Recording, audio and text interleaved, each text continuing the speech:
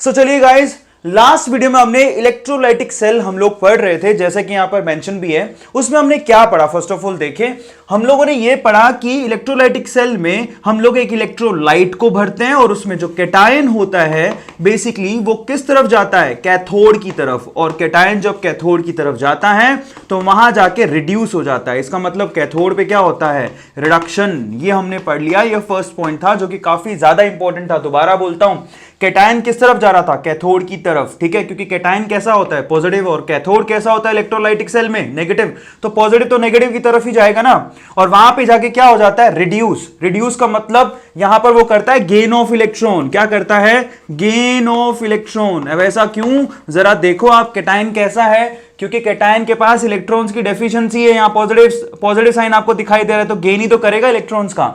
दूसरी तरफ हम लोग ये जाने कि एनायन, जरा ध्यान से इसको चेक करिए, एनायन किस तरफ मूव करते हैं, एनोड की तरफ। ये हमने सीखा लास्ट टाइम पे। एनायन खुद कैसे होते हैं, नेगेटिवली चार्ज। एनोड कैसा होता है, पॉजिटिवली चार्ज इलेक्ट्रोड। और एनायन जब एनोड की तरफ जाते हैं तो वहां पर होता है ऑक्सीडेशन। सो फाइनली यहां पर होगा ऑक्सीडेशन। अब ऐसा क्यों, क्योंकि यहां पर एनायन के पास इलेक्ट्रॉन मैसिव अमाउंट में है, एक्सेसिव है, तो वो क्या करेगा, बेसिकली यहां पर वो लॉस ऑफ इलेक्ट्रॉन करेगा। क्या करेगा, लॉस ऑफ इलेक्ट्रॉन। तो बेसिकली हमने ये जाना कि कैथोड पे रिडक्शन होता है, एनोड पे ऑक्सीडेशन होता है, और फाइनली इसको हम लोग क्या बोलते थे, इलेक्ट्रोलाइटिक सेल। एक ऐसा सेल जिसमें इलेक्ट्रिकल इनपुट जाता है और हमको केमिकल आउटपुट मिलता है। ठीक है, ये हमने पढ़ लिया। अब देखिए यहां पर इलेक्ट्रोलाइटिक सेल में हम लोग दो एस्पेक्ट्स को पढ़ाई करेंगे, दो एस्पेक्ट्स की स्टडी करेंगे। ध्यान से इसको समझिएगा। सबसे पहला एस्पेक्ट है कौन सा, क्वालिटेटिव। कौन सा है, क्वालिटेटिव। बड़े ध्यान से इसको समझिएगा। फर्स्ट एस्पेक्ट जिसको मैं पढ़ना है, क्वालिटेटिव एस्पेक्ट्स को पढ़ना है। मैं इसको एक्सप्लेन करूंगा, ध्यान से देखिएगा। और दूसरा है क्वांटिटेटिव। कौन सा वाला, क्वांटिटेटिव। अब इसका मतलब समझे हम लोग बड़े ध्यान से। अब इन दोनों एस्पेक्ट्स का मतलब समझे हम लोग। फर्स्ट ऑफ ऑल तो देखिए, क्वालिटेटिव एस्पेक्ट्स का मतलब है कि भैया कौन जाके ऑक्सीडाइज होगा और कौन जाके रिड्यूस होगा। बात समझ पा रहे हैं कि कौन जाके, who will oxidise and who will reduce, who will oxidise and who will reduce. पहले तो हम जाने कि कौन ऑक्सीडाइज होगा और कौन रिड्यूस होगा। अगर हमें यही नहीं पता तो हम ये क्यों सवाल पूछेंगे कि कितना होगा, जरा समझें इसको। तो कौन ऑक्सीडाइज होगा और कौन रिड्यूस होगा, उस चीज को हम लोग क्या कहते हैं, क्वालिटेटिव एस्पेक्ट्स में पढ़ते हैं इलेक्ट्रोलाइटिक सेल में। सबसे पहले हमें जानना है कि कैथोड पे जाके रिड्यूस कौन होगा और एनोड पे जाके ऑक्सीडाइज कौन होगा। सबसे पहले हमें इसको पढ़ना पड़ेगा, ठीक है। और फाइनली हम लोग जानेंगे कि अगर कोई ऑक्सीडाइज या रिड्यूस हो रहा है और सपोज हमें कोई मेटल मिल रहा है, कोई गैस मिल रहा है, तो कितना मिलेगा, how much we will get. यहां पर क्या कर सकते हो, how much we will get. इसके अंदर हम लोग वेट की कैलकुलेशन करेंगे, इसके अंदर weight of metal, volume of gas, हम लोग ये भी पता करेंगे करंट कितना, टाइम कितना, इसकी कैलकुलेशंस करेंगे। सो इस चीज को हम लोग किसमें पढ़ते हैं, क्वांटिटेटिव एस्पेक्ट्स में पढ़ते हैं, क्वांटिटी कितनी थी। और क्वालिटेटिव के अंदर हम लोग ये पढ़ेंगे कि कौन जाके ऑक्सीडाइज हुआ और कौन जाके रिड्यूस हुआ। सबको समझ में आ गया। सो इसका फर्स्ट पोर्शन हमारा ये रहेगा और सेकंड पोर्शन हमारा कैलकुलेटिव पार्ट रहेगा, जो आप लोगों को ध्यान रखना है। सो फर्स्ट ऑफ ऑल हम लोग शुरू करते हैं क्वालिटेटिव एस्पेक्ट। जब हमें यही नहीं पता होगा कि कौन जाके ऑक्सीडाइज रिड्यूस हो रहा है तो हम लोग ये पता नहीं कर पाएंगे कि क्वांटिटी कितनी है। जरा इसको समझें। सो फाइनली सवाल ये है कि ऐसे कौन कौन से फैक्टर है जिसपे ये क्वालिटेटिव एस्पेक्ट्स डिपेंड करता है। मतलब कौन ऑक्सीडाइज होगा या कौन रिड्यूस होगा, उसके फैक्टर कौन है, उसको अफेक्ट करने वाले फैक्टर कौन से हैं। तो सबसे पहले अगर मैं आपसे सवाल पूछूं कि बताइए कि इलेक्ट्रोलाइटिक सेल है, तो इसमें बताइए कि सबसे पहले कौन ऑक्सीडाइज होगा। तो आप यही पूछेंगे ना मुझसे कि सर आपने इलेक्ट्रोलाइट कौन सा भरा है। समझ पा रहा है। अगर आपने लास्ट लेक्चर देखा है तो सबसे पहले हमने क्या किया था, इलेक्ट्रोलाइट भरा था। तभी तो आप बता पाओगे कि कैटायन कौन, एनायन कौन जाएगा। सो फाइनली यहां पर सबसे पहला फैक्टर, तो देखिए यहां पर लिखेंगे फैक्टर्स अफेक्टिंग। ठीक है, फैक्टर्स कौन कौन से हैं जो कि क्वालिटेटिव एस्पेक्ट्स को क्या करते हैं, अफेक्ट। मतलब कौन ऑक्सीडाइज होगा, कौन रिड्यूस होगा, उसकी डिपेंडेंसी किस पर है। सबसे पहला फैक्टर इलेक्ट्रोलाइट, बहुत ही इंपॉर्टेंट है इलेक्ट्रोलाइट। ऑब्वियस बात है, अंदर आप इलेक्ट्रोलाइट अलग अलग भरोगे तो आपको प्रोडक्ट भी अलग अलग ही मिलेगा, सिंपल सी बात है। दूसरा एस्पेक्ट कौन सा है, दूसरा एस्पेक्ट है, ध्यान रखिएगा, this is so much important, medium. Medium बहुत ही ज्यादा इंपॉर्टेंट है, जरा देखिए। हो सकता है आपने जो इलेक्ट्रोलाइट भरा है, क्योंकि हम जानते हैं कि electrolyte must be in liquid, अगर आपको इलेक्ट्रोलिसिस करवाना है तो उसकी फेज कैसी होनी चाहिए, लिक्विड फॉर्म में।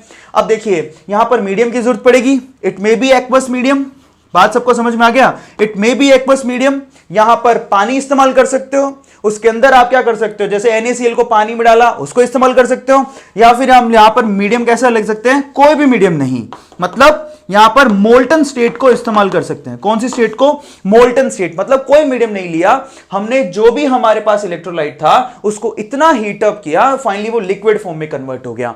मतलब मीडियम पे भी डिपेंड करेगा, बहुत इंपॉर्टेंट है कि आपने मीडियम के तौर पे पानी लिया है या कुछ भी नहीं लिया है।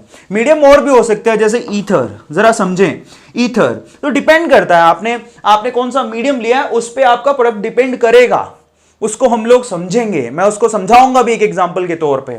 और तीसरी सबसे इंपॉर्टेंट चीज है इलेक्ट्रोड। देखिए इलेक्ट्रोड भी बहुत ही ज्यादा इंपॉर्टेंट है। लास्ट एग्जांपल में हमने प्लेटिनम का इलेक्ट्रोड लगाया था, अगर आप लोगों को पता हो तो प्लेटिनम का इलेक्ट्रोड तो इनर्ट होता है, वो पार्टिसिपेट नहीं करता इलेक्ट्रोलिसिस प्रोसेस के अंदर। लेकिन अगर हमने एक ऐसा इलेक्ट्रोड लगा दिया जो कि खुद एक्टिव हो, तो फाइनली वो तो करेगा ना इफेक्ट, प्रोडक्ट क्या मिलने वाला है उसको इफेक्ट करेगा। तो इसका मतलब यहां पर 3 फैक्टर हो गए जिसपे हमको क्वांटिटेटिव एस्पेक्ट जिस पे डिपेंड करते हैं, मतलब क्या चीज मिलने वाली है वो 3 चीजों पे डिपेंड करती है।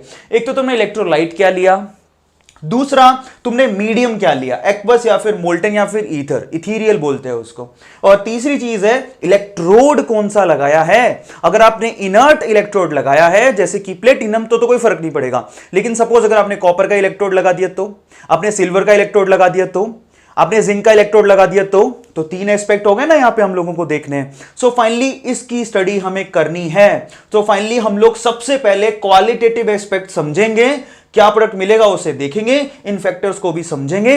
लेकिन उससे पहले एक छोटा सा टॉपिक और करवाऊंगा।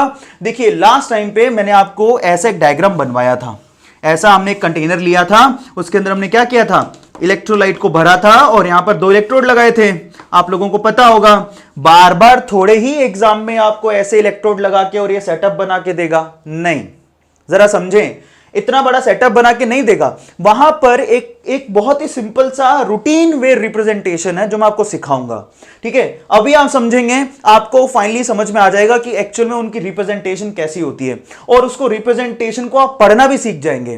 तो आप क्या करते हैं जरा देखिए, इनकी रिप्रेजेंटेशन को हम लोग सबसे पहले सीखेंगे, क्योंकि जब क्वेश्चन आएगा तो ये डब्बे वब्बे नहीं बना के देने वाले, वो फाइनली आपको छोटी सी लाइन में, एक ही लाइन में रिप्रेजेंट कर देंगे पूरे सेल को। समझिए, विद इन 1 लाइन आपके पूरे सेल को रिप्रेजेंट कर देंगे, और उस 1 लाइन को आपको पढ़ना आना चाहिए, इस चीज को समझें। तो हम लोग सबसे पहले टॉपिक कौन सा करने वाले हैं, इसमें सबसे पहला टॉपिक है the representation of electrolytic cell in 1 line, the representation of electrolytic cell in 1 line. तो फटाफट से इसका स्क्रीनशॉट ले लो, उसके बाद आगे बढ़ते हैं। सो चलिए गाइस, अब हम सीखते हैं कि एक इलेक्ट्रोलाइटिक सेल को एक सिंगल लाइन में रिप्रेजेंट कैसे करते हैं, क्योंकि एग्जाम में बार बार वो बड़ा सा डायग्राम बना हुआ नहीं आएगा, वहां पर एक सिंगल लाइन लिखा होगा और आपको खुद को पहचानना होगा कि वो एक इलेक्ट्रोलाइटिक सेल में वो कहना क्या चाहता है, ठीक है। तो बड़े ध्यान से उसके रिप्रेजेंटेशन को समझिएगा, क्योंकि जब क्वेश्चन करेंगे तो वो क्वेश्चन उसी फॉर्म में आएंगे। फर्स्ट ऑफ ऑल तो मैं कल का एग्जाम्पल लेता हूं और उसके रिस्पेक्ट में आपको बताता हूं क्या चीज इंपॉर्टेंट थी। आप लोग याद करो, जब मैं कल इलेक्ट्रोलाइटिक सेल पढ़ा रहा था तो उसमें हमने एक कंटेनर लिया था, सबको पता है, और उस कंटेनर में हमने एक इलेक्ट्रोलाइट को भरा था। इलेक्ट्रोलाइट क्या होता है, जिसमें इलेक्ट्रोवैलेंट बॉन्ड हो, मतलब आयनिक कंपाउंड हो, समझ में आ गया सबको। और इसमें इलेक्ट्रोलाइट भरा जिसका नाम हमने क्या रखा था, Ca। कई लोग कल पूछ रहे थे कि सर Ca का मतलब, तो यहां पर Ca का मतलब आप NaCl से भी लगा सकते हैं, so don't worry about that. Na कौन है, कैटायन, क्योंकि इस पे पॉजिटिव चार्ज होगा। Cl कौन है, एनायन, जिसमें नेगेटिव चार्ज होगा। तो कैटायन को C से स्पेल करते तो मैंने C ले लिया था जनरलाइज फॉर्म में, एनायन को A से स्पेल करते तो मैंने A ले लिया था, दैट्स इट, और कुछ नहीं है। और इक्विलिब्रियम में जब ये टूटेंगे तो ये किस में टूटेंगे, C+ और A- में, जैसे कि NaCl किस में टूटेगा, जरा सोचो, NaCl भी तो Na+ और Cl- में टूटेगा, हाँ या ना। तो फाइनली इसीलिए C पर मैंने पॉजिटिव लगाया था, सबको समझ में आ गया, क्योंकि C कैटायन है, कैटायन पे पॉजिटिव चार्ज होता है, एनायन पे नेगेटिव चार्ज होता है। तो मैंने जनरलाइज फॉर्म में यहां पर Ca एज अ इलेक्ट्रोलाइट भरा। अब जरा समझें, यहां पर मैंने Ca भरा और मीडियम ले लेते हैं, सपोज आप कोई भी ले सकते हो। सपोज मैंने यहां पर मोल्टन Ca लिया। मोल्टन का मतलब समझें, हालांकि मैं पहले बता चुका हूं, लेकिन आप जैसे Ca को हाई टेम्परेचर पे बहुत ज्यादा टेम्परेचर देंगे तो ये सॉलिड किस में कन्वर्ट हो जाएगा, लिक्विड में। और फाइनली लिक्विड से ही इलेक्ट्रोलिसिस होता है, ये तुम्हें पता है कि लिक्विड फॉर्म में भरना है। तो मान लो मोल्टन मीडियम लिया, मतलब कुछ मीडियम नहीं लिया, उसी को गर्म किया है और फाइनली उसमें क्या किया था हमने, फाइनली उसमें इलेक्ट्रोड लगाए थे। आप लोग याद करिए, हमने इलेक्ट्रोड कौन से लगाए थे, इनर्ट प्लेटिनम के इलेक्ट्रोड लगाए थे। सिर्फ इतने से बात नहीं बनी थी, वहां पर हमने क्या किया था, बैटरी भी अप्लाई की थी, ये नेगेटिव और इस तरह से पॉजिटिव, ये याद होगा। तो ये पॉजिटिव टर्मिनल, ये नेगेटिव टर्मिनल, क्योंकि नेगेटिव टर्मिनल पे रिडक्शन हो रहा था तो इसलिए हमने इसको क्या कहा था, कैथोड। फाइनली इसको हमने कैथोड कहा और ये पूरा टर्मिनल जो है बेसिकली नेगेटिवली चार्ज हो गया था, क्योंकि पॉजिटिव टर्मिनल पे कल हमने देखा था कि वहां पर ऑक्सीडेशन हो रहा था, तो इसलिए हमने इसको नाम क्या दिया, एनोड। तो ये टर्मिनोलॉजी कल हमने इस्तेमाल की थी और यहां पर क्या हो गया था, क्योंकि यहां पर इलेक्ट्रॉन सारे खींच लिए थे इस पॉजिटिव टर्मिनल ने, तो यहां पर एक ऐसा हो गया था इलेक्ट्रॉन्स की डेफिशिएंसी, मतलब ये पॉजिटिवली चार्ज हो गया। और हमने ये भी समझा कि जब आपने Ca इसमें भरा है तो वो C+ और A- में टूट गया है और ये C+ किसकी तरफ दौड़ रहा है, कैथोड की तरफ। देखिए C की तरफ दौड़ रहा है, C+ कैथोड की तरफ, कैटायन कैथोड की तरफ, और एनायन एनोड की तरफ दौड़ रहा है, क्योंकि एनायन पे नेगेटिव चार्ज है, कैटायन पे पॉजिटिव चार्ज है। इस तरह से पूरा हमने सेटअप तैयार किया था कल। अब इसको रिप्रेजेंट कैसे करेंगे जरा देखिए। अब आप खुद सोचिए, यहां पर सबसे ज्यादा काम की चीज क्या है, एक तो आपने इलेक्ट्रोलाइट क्या भरा, आपको यह भी इंपॉर्टेंट है कि उसकी कॉन्सेंट्रेशन क्या है, आपको यह भी इंपॉर्टेंट है कि उसका टेम्परेचर क्या है, आपको यह भी इंपॉर्टेंट है कि आपने मीडियम क्या लिया, आपके लिए यह भी इंपॉर्टेंट है फाइनली कि कैथोड और एनोड पे प्रोडक्ट क्या मिला है, कैथोड और एनोड पे प्रोडक्ट, यह भी इंपॉर्टेंट है, और आपने इलेक्ट्रोड क्या लिए वो भी इंपॉर्टेंट है। समझ में आ गया सबको? तो बड़े ध्यान से चेक कीजिएगा यहां पे उसको रिप्रेजेंट कैसे करेंगे। तो यहां पर दो लाइंस दिखाई दे रही हैं आपको, सबसे पहले यहां पर स्ट्रेट फॉरवर्ड दो लाइन लगाई जाती है, मैं उसके बाद आपको रिप्रेजेंट करना सिखाऊंगा। देखिए यहां पर इस तरह से दो लाइन लगा लीजिए, आपको पेपर में भी ऐसी दो लाइन लगी हुई मिलेगी। इन दो लाइन के नीचे है, इन दो लाइन के बीच में कौन है जरा सोचिए, इलेक्ट्रोलाइट है और साथ में मीडियम है। तो आपको क्या करना है, सबसे पहले ऊपर आपको मीडियम को मेंशन करना है कि भाई मीडियम क्या लिया। इस केस में मीडियम कौन है, मोल्टन है, तो आपको लिखना पड़ेगा मोल्टन। उसके साथ आपको यह भी मेंशन करना पड़ेगा कि इलेक्ट्रोलाइट कौन है। सो फाइनली यहां पर इलेक्ट्रोलाइट को भी आप मेंशन करोगे। सबको समझ में आ गया? मैं नीचे इसी सेल को रिप्रेजेंट करके दिखाऊंगा। और फिर आपको इलेक्ट्रोलाइट की कॉन्सेंट्रेशन और उसके टेम्परेचर को भी मेंशन करना पड़ेगा। सबसे इंपॉर्टेंट बात यह है कि उसकी कॉन्सेंट्रेशन बतानी पड़ेगी और उसका टेम्परेचर भी मेंशन करना पड़ेगा। एक्चुअल में रिप्रेजेंटेशन में सारी चीजें आपको एग्जाम में लिखी मिलती हैं, इस वे से लिखी मिलेंगी। तो आपको इन लाइंस के बीच में देखना है, तो आपको मीडियम मिलेगा, आपको यहां पे इलेक्ट्रोलाइट लिखा मिलेगा, उसकी कॉन्सेंट्रेशन और टेम्परेचर यही लिखी मिलेगी। अब बहुत इंपॉर्टेंट बात पर चलते हैं। ये साइड कौन सी है, right side.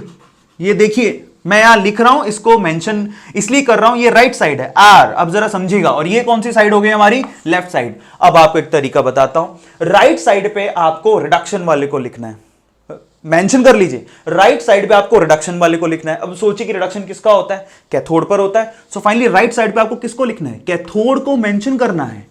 You have to mention the cathode. बहुत ही ज्यादा इंपॉर्टेंट है कि आपको राइट साइड में कैथोड को हमेशा मेंशन करना है और लेफ्ट साइड में उसका अपोजिट यानी कि एनोड को मेंशन करना है। अब मेंशन करना कैसे जरा उसको देखिए, बस इतना सा ही और कुछ नहीं है, आपको सारी चीजें मिल जाएंगी। देखिए राइट साइड में कैथोड को यानी कि जिसका रिडक्शन होता है उसको, लेफ्ट साइड में एनोड को यानी कि जिसका ऑक्सीडेशन होता है उसको। अब देखो कैसे, यहां पर आपको क्या करना है, सबसे पहले तो यहां पर लिखना है कि भाई तुमने एनोड किसका लगाया, कौन से मटेरियल का बना हुआ है।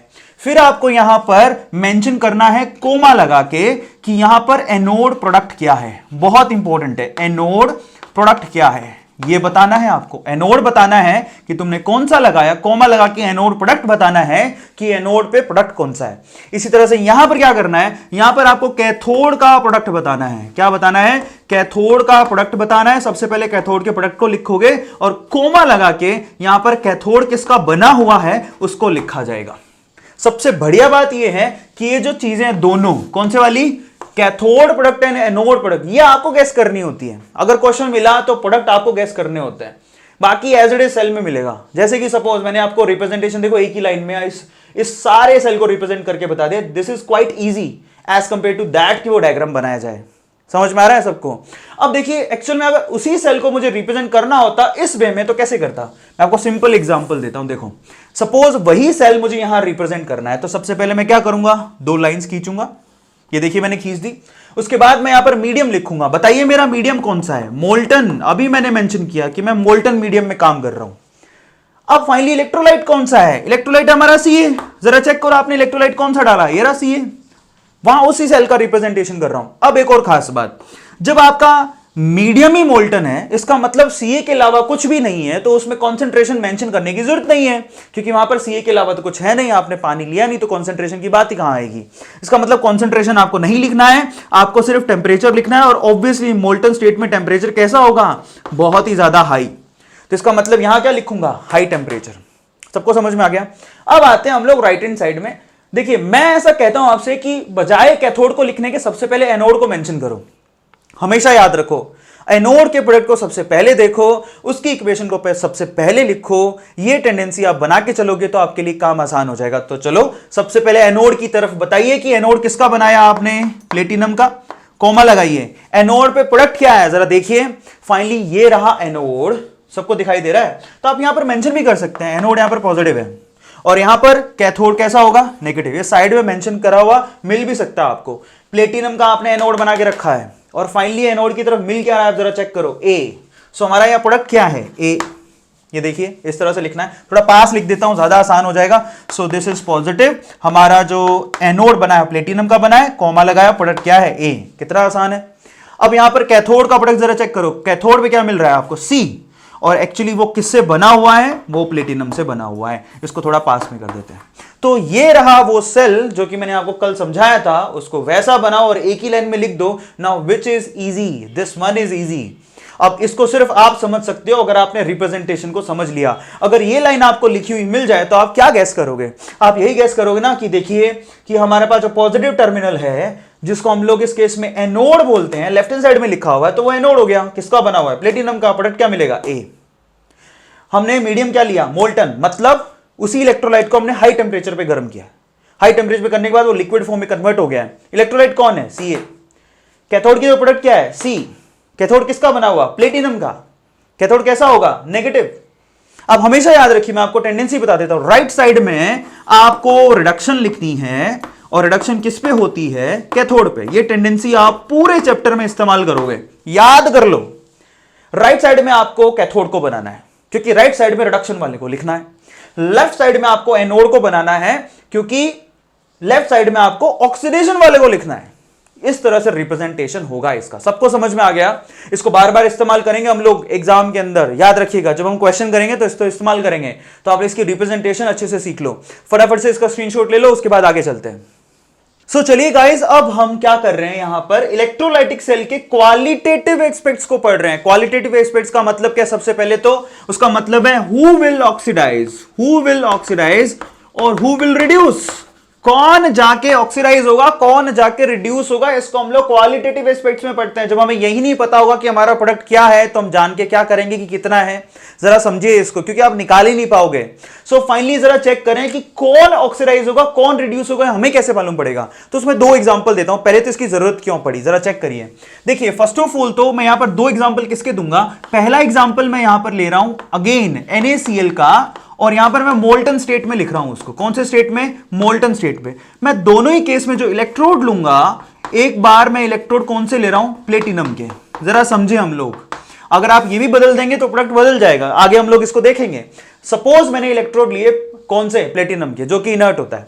अब जरा समझे मैंने यहां पर क्या किया, यहां पर मैं कॉमन एग्जांपल बनाता हूं, जरा ध्यान से उसको देखिएगा। मैंने यहां पर क्या किया, एक कंटेनर लिया और उसके अंदर मैंने मोल्टन NaCl भरा। सपोज पहले अगर मैंने यहां पर मोल्टन NaCl भरा है, तो मोल्टन NaCl में तो सिर्फ NaCl होगा और तो कुछ नहीं होगा, क्योंकि कोई भी मीडियम नहीं है। तो उस केस में कैटायन कौन है, Na+, एनायन कौन है, Cl-। और अगर आपने यहां पर इलेक्ट्रोड लगा दिए, जरा चेक कीजिएगा, इलेक्ट्रोड लगा दिए और उसको बैटरी से कनेक्ट कर दिया, मान लो ऐसे आपने उसको बैटरी से कनेक्ट कर दिया इस तरह से, ये आपका पॉजिटिव टर्मिनल है, ये आपका नेगेटिव टर्मिनल है, इस तरह से कनेक्ट कर दिया। तो जरा देखिए ये आपका इलेक्ट्रोड कैसा हो जाएगा, नेगेटिवली चार्ज, और ये कैसा हो जाएगा, डेफिशिएंसी की वजह से पॉजिटिवली चार्ज। अब आप सोचिए जरा, सबसे पहले हम लोग एनोड की बात करेंगे। एनोड का मतलब पॉजिटिव टर्मिनल की बात करेंगे, एनोड की बात करेंगे, जहां पर क्या होने वाला है, हमको पता है वहां ऑक्सीडेशन होने वाला है।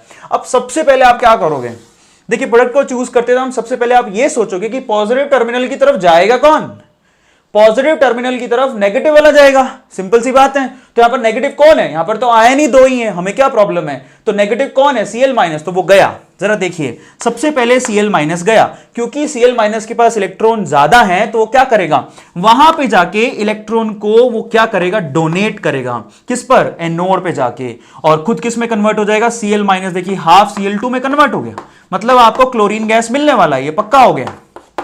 ठीक है, कितना आसान है, जरा चेक करो। Cl- जो है बेसिकली वो Cl2 में कन्वर्ट हुआ और एक इलेक्ट्रॉन उसने छोड़ दिया। अब इसी को तो हम लोग ऑक्सीडेशन कहते हैं। यहां पर क्या हुआ, जरा चेक करो, यहां पर लॉस ऑफ इलेक्ट्रॉन हुआ है, बाय द वे क्या हुआ है, लॉस ऑफ इलेक्ट्रॉन। हमें पता है कि लॉस ऑफ इलेक्ट्रॉन को हम लोग ऑक्सीडेशन कहते हैं, क्या कहते हैं, ऑक्सीडेशन। और फाइनली Cl- Cl2 में कन्वर्ट हो गया। अब कई लोग पूछेंगे हाफ क्यों लिखा, इसको बैलेंस करने के लिए और कुछ नहीं। देखिए क्लोरीन गैस का फॉर्मूला होता है Cl2, ठीक है। अब यहां पर मैं Cl2 लिख भी देता तो बाद में बैलेंस करता तो यहां हाफ लगाता, या आप इसको पूरी इक्वेशन को 2 से मल्टीप्लाई करके लिख दो, कोई फर्क नहीं पड़ता है। तो यहां पर 2 से मल्टीप्लाई भी करोगे तो इसको कैसे लिख सकते हो, यहां पर 2Cl- will converted into Cl2 और प्लस यहां पे कितने होंगे, 2 इलेक्ट्रॉन छोड़ देगा। पहले मैंने एक ही क्लोरीन लिया, क्योंकि यहां पर तो एक ही दिखा रहा हूं, इसलिए मैंने यहां एक लिया, 2 लेता तो 2 इलेक्ट्रॉन छोड़ता। कुछ है नहीं इसमें, आप घबराइएगा मैं बिल्कुल भी नहीं। तो यहां पर ये स्टोइकियोमेट्रिक कोएफिशिएंट है और कुछ नहीं, बैलेंस करने के लिए लगाया, तो ये आपके स्टोइकियोमेट्रिक कोएफिशिएंट कहलाते हैं, बैलेंस करने के लिए लगाया, दैट्स इट, और कुछ नहीं। तो हमको मालूम पड़ गया कि पॉजिटिव पर हमें क्लोरीन का गैस मिलने वाला, ये तो पक्का हो गया। यहां से सबको समझ में आ गया कैसे मिला, क्योंकि ये एनोड था, एनोड की तरफ एनायन जाएगा और वहां जाके इलेक्ट्रॉन को डोनेट करेगा। सबको समझ में आ गया, इसने यही किया, डोनेट किया और हमें एनोड पे क्लोरीन गैस मिलेगा, ये हमें मालूम पड़ गया। सबको समझ में आ गया। अब व्हाट अबाउट कैथोड, तो देखिए हमारा एक टर्मिनल तो यहां हो गया ना। व्हाट अबाउट कैथोड, कैथोड मतलब हमारा नेगेटिव टर्मिनल, जिसको हम लोग क्या बोलते हैं, कैथोड बोलते हैं। और हमें यह पता है कि कैथोड पे रिडक्शन होता है, सबको मालूम है ना। रिडक्शन का मतलब क्या है, यहां पर इलेक्ट्रॉन का गेन होगा, वहां पर इलेक्ट्रॉन का लॉस हो रहा था, यहां पर इलेक्ट्रॉन गेन कैसे होगा। अब जरा चेक करो, कैथोड पे कैटायन जाएगा, बताइए कौन है कैटायन, Na+। तो देखिए यहां पर Na+ गया किसकी तरफ, कैथोड की तरफ। ये मूव कहां करेगा, इस तरफ, क्योंकि इसको इलेक्ट्रॉन चाहिए और इनके पास इलेक्ट्रॉन है। यहां पर जाके ये एक इलेक्ट्रॉन को गेन करेगा और किस में कन्वर्ट हो जाएगा, Na। देखिए सिर्फ एक ही तो कैटायन है, उसके अलावा तो कोई कैटायन ही नहीं है, तो सिर्फ यही मूव करेगा। तो हमारे लिए तो काम यहां भी आसान हो गया। तो कोई आपसे पूछे कि मोल्टन स्टेट में आपको कैथोड और एनोड पे क्या मिलेगा, तो आपने तुरंत बता दिया है जी कि एनोड पे हम लोगों को क्लोरीन गैस मिलेगा और कैथोड पे हम लोगों को क्या मिलने वाला है, सोडियम मिलने वाला है। ये पक्का हो गया, इस चीज को समझें, ये प्रोडक्ट हमें मालूम पड़ गए, सिंपल था, ये तो बहुत ही आसान था। तो यहां पर सीन कुछ ऐसा है कि एनोड पे क्लोरीन मिल रहा है, कैथोड पे सोडियम मिल रहा है। लेकिन समस्या कब आएगी, सपोज कि अगर मैंने यहां पर चेंज कर दिया और इस बार मैंने एग्जांपल में क्या लिखा है, यहां पर एग्जांपल में मोल्टन नहीं लिखा, NaCl एक्वस सॉल्यूशन लिख दिया। वो भी डिपेंड करेगा कि कॉन्सेंट्रेशन कैसी है। इसका मतलब सपोज मैंने डिल्यूटेड लिख दिया तो सारा गेम चेंज हो जाएगा। एक्वस का मतलब अब वहां पानी भी मौजूद है और पानी भी ऑक्सीडाइज होता है और पानी भी रिड्यूस होता है। इसका मतलब पानी भी अवेलेबल होगा कैथोड और एनोड की तरफ दौड़ते टाइम। पहले तो ये अकेले थे, अगर आपने एक्वस ले लिया तो इस बार कंटेनर में पानी भी है, वाटर भी है और प्लस Na+ भी है और यहां पर Cl- भी है। इसका मतलब Na+ और पानी में कौन जाके क्या होगा, कौन जाके रिड्यूस होगा, ये हमें चेक करना पड़ेगा। और Cl- और पानी के केस में कौन जाके ऑक्सीडाइज होगा, यह भी हमें चेक करना पड़ेगा। तो इसका कैसे पता करेंगे, जरा समझिए मैं क्या कह रहा हूं। यहां पर तो पानी नहीं था, लेकिन यहां पर पानी मौजूद है और पानी खुद भी ऑक्सीडाइज होता है, पानी खुद भी रिड्यूस होता है। तो इस केस में तो अब हमारे पास दौड़ने वाले कितने हो गए, 2। एक ही इलेक्ट्रोड पर 2 लोग दौड़ रहे हैं, एक तो पानी और दूसरा Na+, एक पानी और दूसरा Cl-, और दोनों की टेंडेंसी है। जरा समझे, इस केस में हम लोग कैसे डिसाइड करेंगे कि प्रोडक्ट क्या होगा, ये हम अगले लेक्चर में सीखेंगे। इसके लिए हम लोग किसको इस्तेमाल करेंगे, इलेक्ट्रोकेमिकल सीरीज को इस्तेमाल करेंगे। वो क्या होती है मैं आपको कल बताऊंगा, कैसे यूज करते हैं वो मैं आपको कल बताऊंगा। जो मोल्टन वाले होते हैं उनमें तो बड़ा आसान है प्रोडक्ट बताना, उसमें कोई जरूरत नहीं होती इलेक्ट्रोकेमिकल सीरीज की। लेकिन जब आपने एक्वस सॉल्यूशन लिया, इथीरियल मीडियम ले लिया, तो आपको इलेक्ट्रोकेमिकल सीरीज को इस्तेमाल करना पड़ता है। पहले मैं आपको इलेक्ट्रोकेमिकल सीरीज बताऊंगा नेक्स्ट लेक्चर में, उसके बाद मैं आपको बताऊंगा कि उसको यूज करते हुए प्रोडक्ट को कैसे बताएंगे। सबको समझ में आ गया? तो अगले लेक्चर में मिलते हैं। टिल देन जितना बताया उसकी अच्छे से प्रैक्टिस करो guys. Do work hard guys. और इनको उन बच्चों को शेयर करो जो कोचिंग अफोर्ड नहीं कर सकते, उन माता पिता को और उनके बच्चों को बताओ कि इस तरह से हम लोग घर पे बैठ के, अगर आप में शिद्दत है, डिसिप्लिन है, तो घर पे बैठ के पढ़ाई कर सकते हो। याद रखो, इस लेक्चर को खत्म करने के बाद एक होमवर्क दिया है, ईमानदारी से उस होमवर्क को 5 मिनट के ब्रेक के बाद उस होमवर्क को खत्म करो। बैठो मेरे साथ, मैं कराता हूं तैयारी आपको। सो फाइनली जितना मैं कह रहा हूं उतना करो, केमिस्ट्री में आपके लिए आसान बना दूंगा। So do believe in yourself. अगले लेक्चर में मिलते हैं। Till then, thank you so much, thanks a lot.